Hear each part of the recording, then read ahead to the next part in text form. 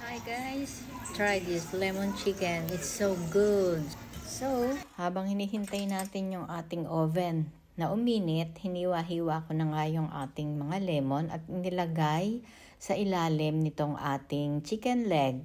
See our chicken leg, may mga hiwa-hiwa siya sa gilid para tumiim yung sauce and then hindi siya mahilaw habang niluluto kasi minsan pag hindi mo hiniwaan, nagkakaroon ng parang dugo yung loob niya, hindi tumitiim yung ating pagluluto, hindi siya naluluto sa loob, kumbaga. Nasusunog siya, pero hilaw pa rin yung loob niya. So, dapat may hiwa talaga. So, ito na nga yung ating mga ingredients.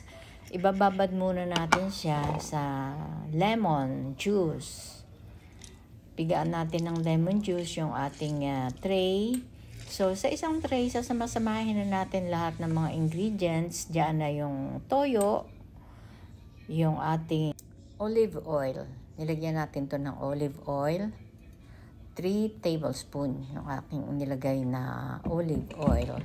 And nilagyan natin na siya ng asin.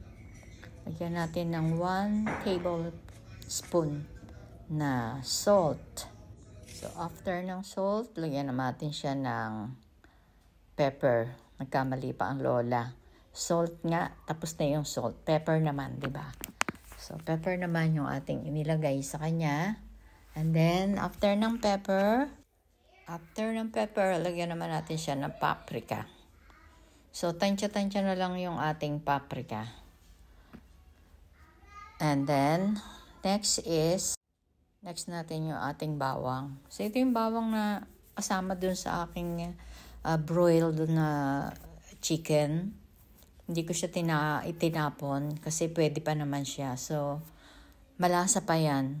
Malasa pa rin yan. Kaya pwede pa siyang gamitin. Sayang naman kasi kung itatapon, diba? So, pwede pa yung gamitin. Hindi naman siya nadurog. Okay lang naman yung kanyang texture.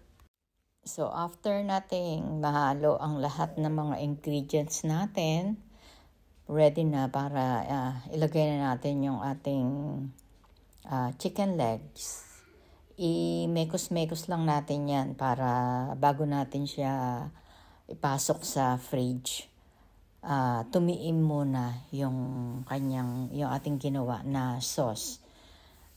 Kumbaga hahalo-haluin muna natin siya. Basta mekos-mekos lang, balik-baliktarin nyo lang para at least ma-coat lahat yung ating sauce dun sa ating imamarinate na chicken. So, kung ready na itong ating chicken, pwede na nating lagyan ng cling wrap yung ating tray at ipapasok na natin siya sa fridge. So, paghihintay tayo dito ng at least 12 hours bago natin siya ilabas. So, bago natin ilabas yung ating chicken, hiwain na natin yung mga lemon at ilagay na natin sa ilalim ng ating chicken at painitin na yung ating oven at ito na, ready na. I flush my juice down in the cold.